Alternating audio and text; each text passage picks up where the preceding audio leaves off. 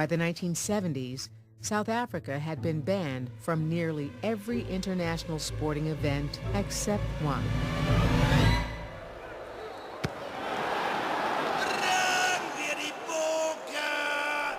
To us in South Africa, rugby, it is really our God.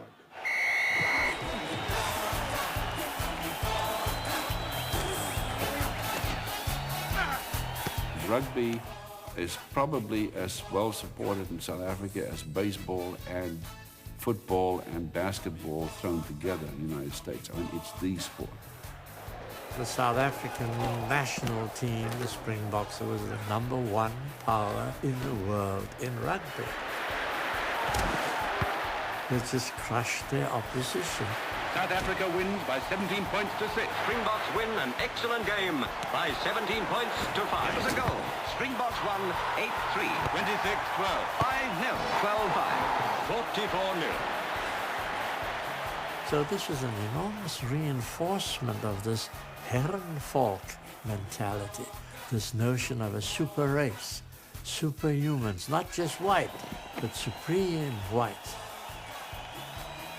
The slogan were, "You're not the best until you've beaten the box." And just to be chosen, the thought of putting that green and gold Springbok jersey over your head, I mean, words cannot actually describe that. It's a magic moment. Rugby was hardly played in Africa. It's a game which is just played by countries which were in support of the South African regime.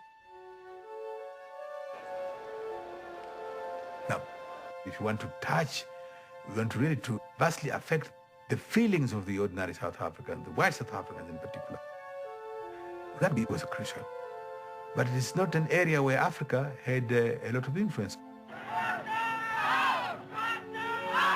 But in countries outside Africa, for example, in England, you had some of the most vociferous supporters of the struggle against apartheid among the ordinary people. And so it is what the ordinary people did which made the difference. And that's what makes the struggle against apartheid so unique. It brought everybody into the field. The rugby wars were about to begin. Starting 1 year after the Mexico Olympics, the South Africans embarked on a series of international tours where they faced their most important competitors: New Zealand, Australia,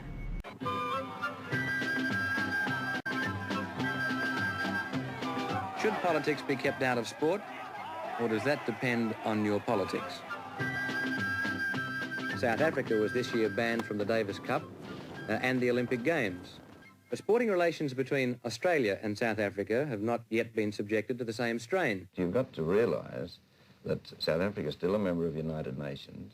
Australia still trades with them, has defence pacts with them. Isn't it a bit ridiculous to think that they can't play sport with them? In Canberra, we questioned the South African ambassador, Mr. Johan Ace. I thought that sport was a means of unifying people so that they can mix together. It wouldn't be so in your country. We believe in sport.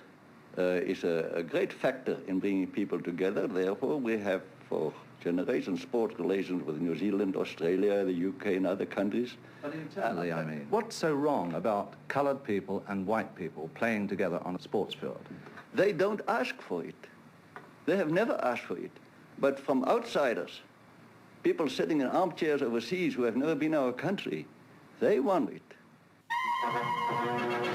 Sydney's Coogee Beach is the setting for the third surfing test between South Africa and Australia. Anti-Apartheid demonstrators turn out in force to provide their own share of the action.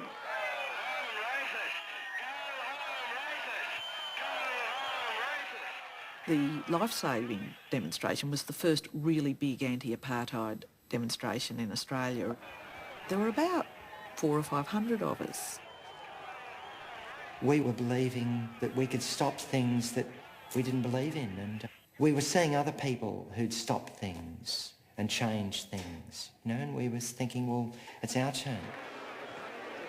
I was one of the public demonstrators being contained by the police. Come on, friend. Have your little protest over there and get over to the corner there and don't. Fortunately, we had other people who had other tactics. The lifesavers do this magnificent march past as part of the competition, in fact. I realised that we wouldn't be able to get to the march past, so we swam out into the water and then swam round past the fence and ran in from the surf. I always think it must have been a very funny look to have these four crazed women throwing themselves at these magnificent specimens of manhood as they were marching sort of semi-naked along the sand, and we threw ourselves at these guys. In the march past, four screaming women throw themselves in front of the South Africans. Hey, how's that for hanging for? White South Africans are very good at sport. If we can isolate them, this is really going to hurt them. Here are the Springboks. The Springboks were coming to Australia, and a national controversy was about to erupt. The athletes and sportsmen from South Africa are ambassadors of apartheid. I think Mr. Balthazar John Forster, the Prime Minister of South Africa, said to the rugby team, he said that you're honoured because you represent your country in rugby. You're doubly honoured because you will be chosen to be the spokesman for our way of life abroad. But in Australia, even the rugby players began to speak out. I've been on a tour in South Africa in 1963, seen what was there. I began to perceive a whole network of what kept apartheid going in South Africa and its relationship to rugby. If you're playing a match in South Africa, after a game, suddenly the whole South African cabinet shows up for drinks with the team. You know that you're in a country where a sport has got a hell of a lot different relationship to affairs than it does in Australia, for example. The trade union movement here in Australia got together and said, look, we have to really take a stand.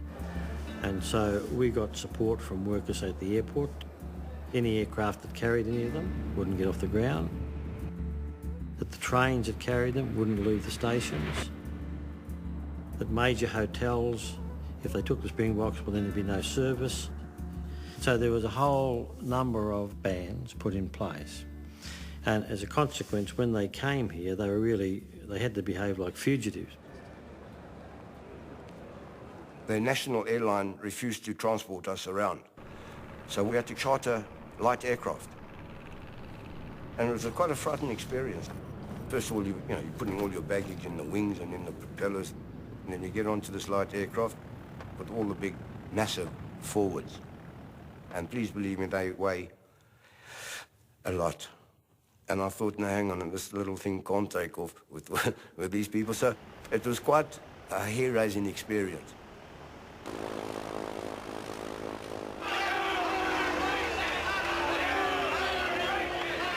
When the Springboks came out, for some reason they were installed in a motel that was 2 doors away from our big black commune. So the Aboriginal activists' house ended up being a headquarters for us, and they were very, very prominent in the demonstration outside.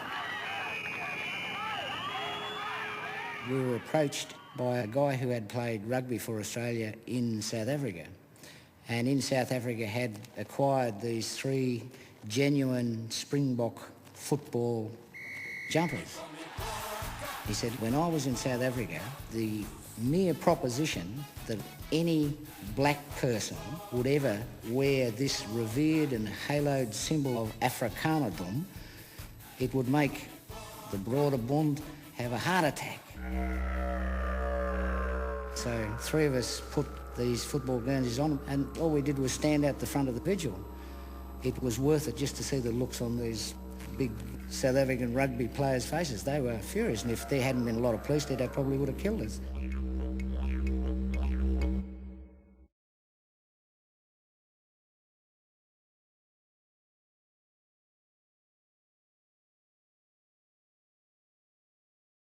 The other thing that happened was that the Aboriginal activists challenged us to be more involved in Aboriginal issues. One of the remarkable public relations coups that successive Australian governments have managed to maintain is to have created the image of Australia as not really being a racist country, when in actual fact it's one of the most racist societies in the Western world. We had the White Australia policy, which meant there were to be no non-white immigrants into Australia. We had a very, very patronising attitude and a very racist attitude towards Aboriginal people. Basically, the policy in the 50s and the 60s was assimilation. Aborigines had to become totally like us, or else they had to die out.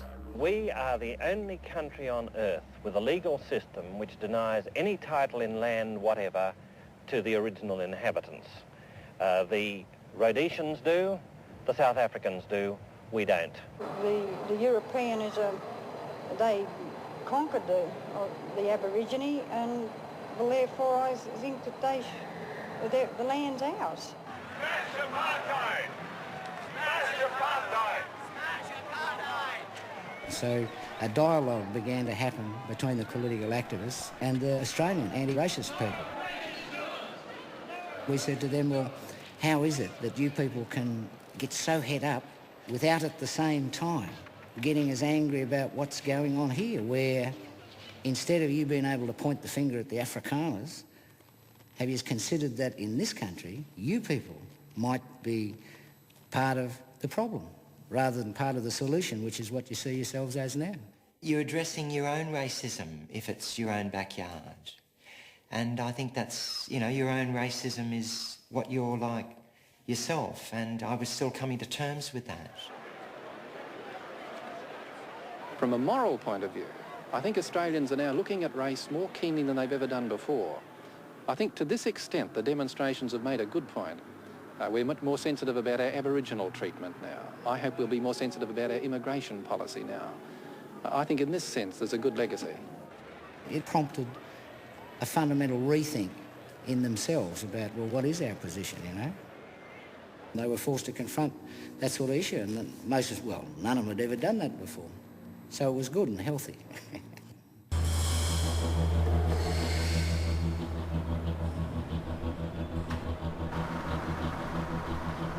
By the time the Springboks actually arrived in Sydney, I was very well known. So my problem was how to get to the game without being arrested before I got there.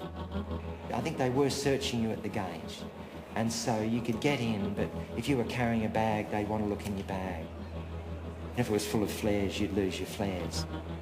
So my mum and several other respectable-looking little old ladies smuggled the flares in.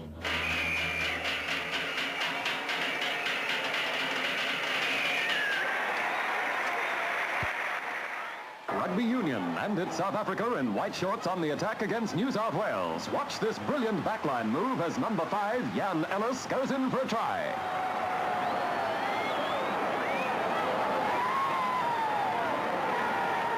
Despite smoke bombs and jeers from the sidelines, the South Africans hold their concentration and keep the pressure on. Meanwhile, the 900 police on duty do the same with the demonstrators. Despite a barrage of bottles and cans, the game continues, and a squadron of balloons floated across the field.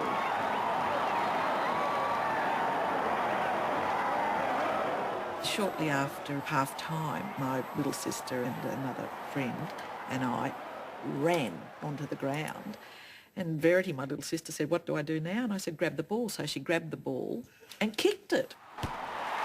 And several of the papers the next day said it was the best kick of the season. New South Wales have no answer to the visitors, but in the off-field action, the police lines hold strong.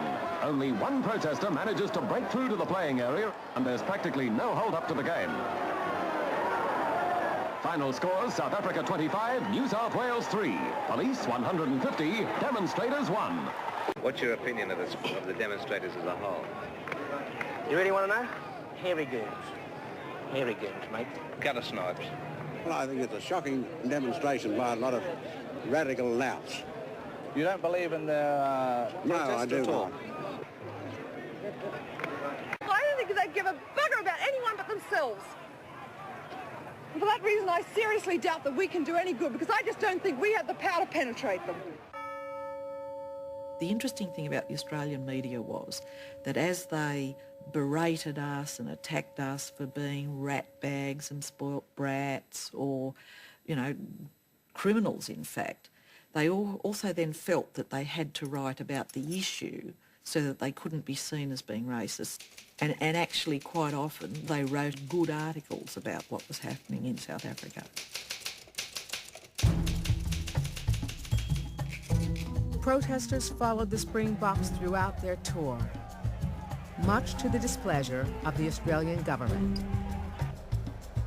We are a responsible government. We have to maintain law and order, and we intend to maintain law and order.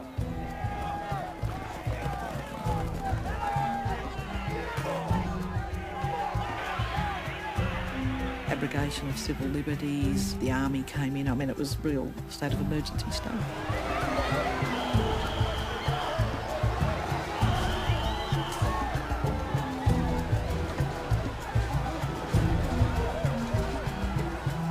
Could you be fighting a losing battle by being here? Oh, I don't think so. I think we've already won the battle. I think the sports tour of the South African Springbok stopped a long time ago. It's now just a travelling police circus. The last thing it is a rugby tour.